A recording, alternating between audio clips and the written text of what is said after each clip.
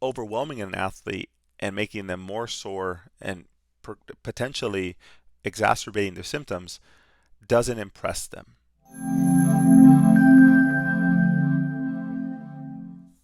Hi, everyone. Welcome back to the podcast. Welcome all new listeners and those who are tired of listening to my podcast. Welcome back. Hi, everyone. Today is an amazing podcast, just like every single week. This one is very important to your growth. Before I get started, let's chat about what is new in life as we go through this journey called professional career and professional development. Life is good on my end. I've got a big meeting coming up over the next couple of days, so I'm prepping and planning for that. Leadership. Leadership is the name of the game at the moment. So working on that, working with the team, still working on interviews. We're on the hiring train, which is exciting. We've got my son, Zach. He just turned 5. For those of you who've been following me for many, many years, Zach is a big part of the story of sports performance. And when we first started, Zach was born the day before we moved into this facility. So he is now 5 years old, and it's been great. He had the day of his life with 2 piñatas in his class, so that was good. Otherwise, life is good. All right, why am I talking about professional athletes and managing pro athletes and the things that they love? They absolutely love when they're working with you as a PT. Like, if you asked me, Chris, out of all the pro athletes that you've ever worked with, what are the things that I should consider and need to work with or need to work on when I work with pro athletes? I think that on my last podcast, I shared, why I became a physical therapist. But if you're listening to this podcast and you love sports PT, that you are super passionate about being able to work with professional athletes, or that you had that aspiration at one point, or maybe you're a student or a new grad, whatever it may be. So if you want to work with pro athletes, you need to be refining these 3 things. And I say that with the utmost respect. And I've interviewed pro athletes on another podcast, with the Sports Performance Podcast. And they all say the very, very same things about sessions with myself or the clinicians they love. I don't care if you're a chiropractor, a massage therapist, or a PT, or whatever you call yourself. I'm telling you right now that any sports physical therapist needs to be implementing these things with every single pro athlete. And if you really wanted to, you can apply it with everyone, but particularly pro athletes. And here's why. One of the pro athletes that I've worked with, they mentioned, I really want to see you. They used to fly in from Colorado to get treatment, and I asked them, what do you love about our sessions? And they shared a couple things. So that's where I got these 3 tips from. Okay. Number 1, these people are used to being coached and mentored and guided. Essentially, they're used to being given a roadmap to success, right? Think about every high school, collegiate, pro football player, right? They show up to practice and they participate in practice. And then after practice, they review film. And they review film and they're told what they did well, what they didn't do well, right? And then on Friday or Saturday or Sunday, they compete. Then they watch film again and they're told, you didn't do this right, you didn't do this wrong, here's why, look at the video, do you see that, here's what we're going to be working on this week. And then once they work on that, you didn't do this very well, we're going to be working on this. So they're always being informed of those little nuances. Even somebody as great as one of the greatest quarterbacks of all time, let's do Tom Brady, that guy is still getting coached and mentored with the smallest tweaks. Now it's not so big as like roll to your left, roll to your right. It is really about making the small, subtle changes. So, but nonetheless, even at their level, they're still getting coached and mentored and being given a roadmap to what success looks like. So let me share that when they get rehab or they need physical therapy or they have an ankle sprain or they're post-surgical, it's no different. Now, this might not be big news to you, but the way you see it needs to change. So when they're given a roadmap, these human beings are being told, this is what success looks like. Here's what success doesn't look like. And these are the immediate steps that need to happen along the way so that you're successful and you get to go back to playing by this timeline. If you do not get better by this timeline, you then are being pushed to this route. And that will mean delayed time, impacting your pay, or whatever it may be. They need to know the roadmap of the directions of success and unsuccessful. And these athletes are used to being informed that way. However, let me give you a scenario, and I've seen this both as a student, as a PT, as a mentor, as a coach, and I've seen it, and I'm telling you right now, you have to change the way that you create your framework with them. I don't care if you use a green TheraBand, a mini band, a stretch band. I don't care what you're using in terms of tools. I'm telling you to change your framework on how you support these people through their rehab process. So let me explain. I've seen pro athletes, be treated by an orthopedic PT, and the PT gives them, how I feel about this. They give them 57 exercises on the first day, right? Makes them super sore and they're sweating, and just because they're a pro athlete, you think they need to like work hard and do all these things, and it needs to be high and above like where they are, and they want to, they're a pro athlete, they want to sweat, they want to work hard, they want to feel sore. You have to remember that pro athletes like structure and guidance along the way.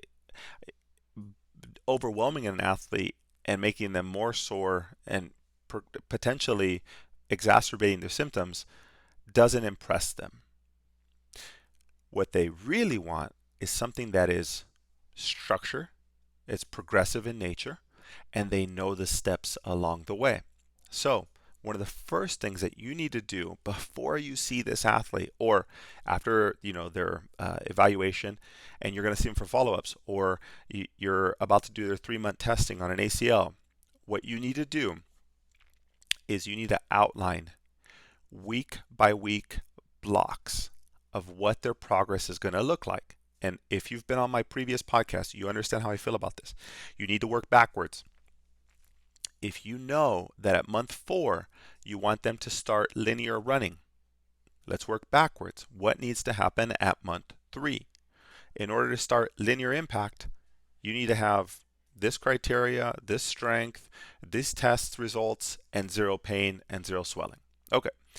In order to get to that point, what did you need? You needed 4 to 6 weeks of strength to ensure that you can handle the impact. What did you need? You have to set criteria, and this is the hardest part as clinicians. We have the hardest problem forecasting or actually looking forward in the future and what that criteria is going to be. We know maybe the first few days and weeks, but it's really hard to forecast if you've never had to think like that. So now I challenge you, what would that mean? Or maybe let's change it. Maybe you've done 1,000 ACLs. Good for you. Let's try an ankle sprain. Let's try a PCL. Let's try a meniscus. Let's try a calf strain. It doesn't matter. There needs to be guided progression. So if you want them to do linear running at month 4, you need a certain amount of strength to be able to handle all the load-based progressions at least at week 12 or month 3. So you needed 4 to 6 weeks of strengthening to be able to manage that. Well, when did you start the strengthening? Right away, non-weight bearing. For how long? 2 weeks. Partial weight bearing, 2 weeks. Full weight bearing, 2 weeks. Progressive resistance over the next 4 to 6 weeks that allows them to manage load. Then you start them on ladder drills, deceleration, acceleration, hop, linear, vertical, lateral, multi-directional. Either way, I don't care how you load them. It just needs to be progressive in nature, and they need to know the outline. They're used to being given a roadmap. Now, the worst thing you can do is they show up to the evaluation and you just exhaust them, right? You just like swell them up. You get them, all tired and sweaty because that's what you think a pro athlete needs. And you're trying to earn their trust because you know what you're doing. And overloading them doesn't do that. Overloading them actually removes the trust. They're going to be like, do you even know what you're doing? Like, yeah, that was a great workout. They're not new to this whole process. When you work with pro athletes, the truth is they've seen hundreds of you, 50 to 100 to 200 different clinicians in their life. And the ones who stand out are the ones who don't need to try, the ones who are honest, look them in the eye. Here's what I know. Here's what the program's going to look like. Build out the templates on an Excel spreadsheet, Google Sheet, a fancy app. I don't care, but you show them what that looks like. You're here. In 4 weeks, you're going to be here. At 8 weeks, you're going to be here. And at 12 weeks, I expect you to be here. If you're not here by 8, you won't be able to play by week 12, which means that you're not starting this season. That will delay you. So every single week that you don't reach it by 8, you're going to pay the price. How does that sound to you, Mr. Pro Athlete or Mrs. Pro Athlete? And they're going to be like, that doesn't sound good. Don't like that idea. Great. At least we got that out of the way. So if you don't achieve this by week 8, you're in trouble. We're on the same page? Yep, perfect. So they need the structure. They need the roadmap. And if you don't give that to them, they are not going to stay with you long. So, as I mentioned, I have no problem the way you progress and rehab somebody. I think that we're all chefs and you add your own spices, but ultimately the roadmap is what separates people, and that requires a lot of planning. I work with a lot of physical therapists, and sometimes that does require a lot of extra work behind the scenes. If you want more pro athletes on your schedule, then you better do that. It's just what they're going to gravitate towards. It's the people who put in the work, and you have to realize this. These pro athletes recognize hard work and they're going to gravitate towards that, and they're going to gravitate towards the people who work just as hard as them, and they're going to notice that. And especially if it's like humble confidence and they're like, they can see that you put all this time into it and you're passionate about getting them there. Guess what? They're going to read that and be like, all right, I trust you, let's do it. And every single session you have to have and reiterate that process. Okay. All right, so number one was they need structure. Create the roadmap and make sure that it is in their face and they know what success looks like and what it doesn't look like. Okay, next. This is my favorite part. Energy. They need fun. Don't make the sessions, I don't even know how to describe it, like wah wah wah wah wah wah wah wah wah. Nobody cares about the latest research, or they don't care that you looked up the latest article on ACL progression. What they care about is show me, don't tell me. Every athlete is like, that all sounds good, but what does that mean for me? I don't even know what you just said. I have no idea what that means. It looks like you're smart, but what are you going to do for me? That's what the person wants. So they need the energy and they need to be excited about rehab. They don't come to you because you're the best in what you do. They come to you because you make them feel a certain way. And when they're excited about the rehab, they will show up on time and they love it. And if you have people and your pro athletes who are not showing up to your sessions, they're 20 minutes late, they cancel last minute, it's because of you, nobody else. It wasn't the front desk. It wasn't that they didn't get the email or the text or anything else. It's because of you. They don't want to go back because of you. And that hurts. That hurts. I've been canceled many times by pro athletes, but what I had to do was figure it out and ask, like, what do you love about our sessions, right? Like, tell me. Chris, I love that you like bring it, you're creative in what you're doing, but more than anything else, like it's a fun session. It's about me. It's about the pro athlete. It's about what I do. So you got to be invested in them. So creating that energy and that excitement is a big piece to the session. They don't care about the exercise. They care about one, progress, and number two, that they feel great along the way. And part of that feeling is that energy and excitement that you bring to the session. So let's talk about the opposite of those 2 points that I just told you. So if you overload an athlete and you just make them sweat and you had no progression and you just threw the 50 exercises because you wanted to impress them and you didn't bring excitement, so it was like Hi, Mr. Pro Athlete. Today we're going to do an hour and a half of sweating. How does that sound to you? Worst thing you can possibly do to a pro athlete. Hi, Mr. Pro Athlete. How are you doing? Hey, this is what we're going to be working on this for the next hour. Here's your next 4 week progressions. After this, I've already built out everything. I mean, they can just feel every aspect of your passion coming through that session. And so they should feel that as you're there with them. So, number one, create that roadmap. Make sure that you are spending extra time and effort. And if it's extra time on your weekends and nights, good for you. It's called growth. Put the time and effort now, because once you put that in now, you now have a template for future pro athletes. It's called an investment, it's an asset. What you're doing is creating more of those things. So when you have future athletes, it makes it easier to just be like, I've already seen this before. Here's all the progressions. I just changed your sport. Now we're working on this. And then be like, oh, you've done this before. I'm in. And you have that excitement. You're going to have them lined up out the door. I promise it works. All right. Number three, I learned this at working with the at the Olympic Training Center. There were many times that I would see other providers wanting to take pictures and really show off for pro athletes. They're like, I want to get more of these athletes. I want to take a picture, and how are you? Like, they just change their demeanor. That's not who they are, and you can tell they're in it for the wrong reason, for the notoriety, right? To put on their website, or to put in the resume, like, this is what I did. One feedback I have for anybody who is aspiring to treat more pro athletes, or you love treating them and you just realize they just don't come back to you, you have to understand they've seen a lot of people just like you. So treat them like everyone else. Yes, they're probably a star in they're probably the number one player in their own right. I don't know, whatever sport they are. But by treating them like everybody else, like a human, like Rehab, they're already coming in with a lot of, maybe anxiety might not be the word, but they're anxious about what this rehab process looks like, and they're afraid that they're going to miss a season. They don't know where they're going to be. They're going to lose their job. They're going to not be able to play that first game. And they already have high emotion. They don't know. They're very vulnerable at the time. And so when you add all this chaos and you're trying to impress them, the best thing you can do is just relax. Treat them like everybody else. Use the same systematic process that you've done in the past with everyone else. Guess what? They want to be treated the same exact way. And when you do that, it lowers how vulnerable they are. And now they have confidence. They're like, man, like, that was a great session. He had good energy. He knew what he was going to do. We already have the outline. And you treat them like everybody else. Like, that's all they want. And when you go away, like, above and beyond, and you treat them like, this and that, and you don't need to be doing that. And I'm telling you this from experience.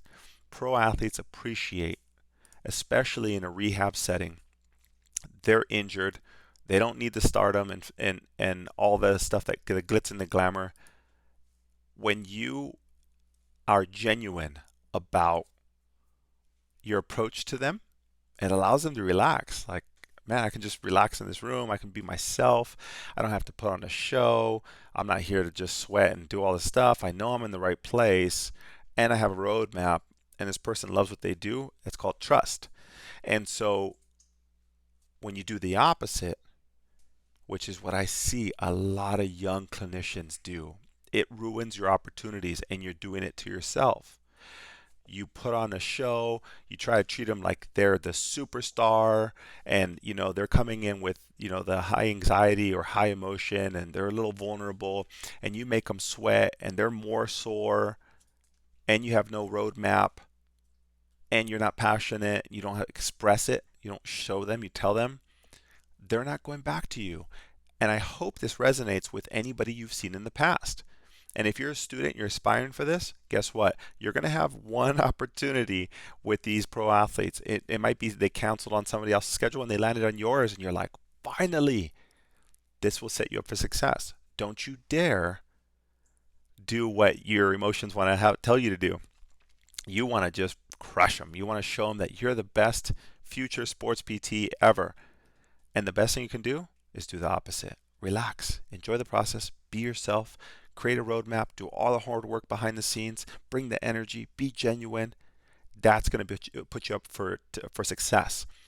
And I'm telling you, new grads, future PTs, or established, and you're like, I haven't been able to get a pro athlete on my schedule for years. Guess what? It's looking at you in the mirror.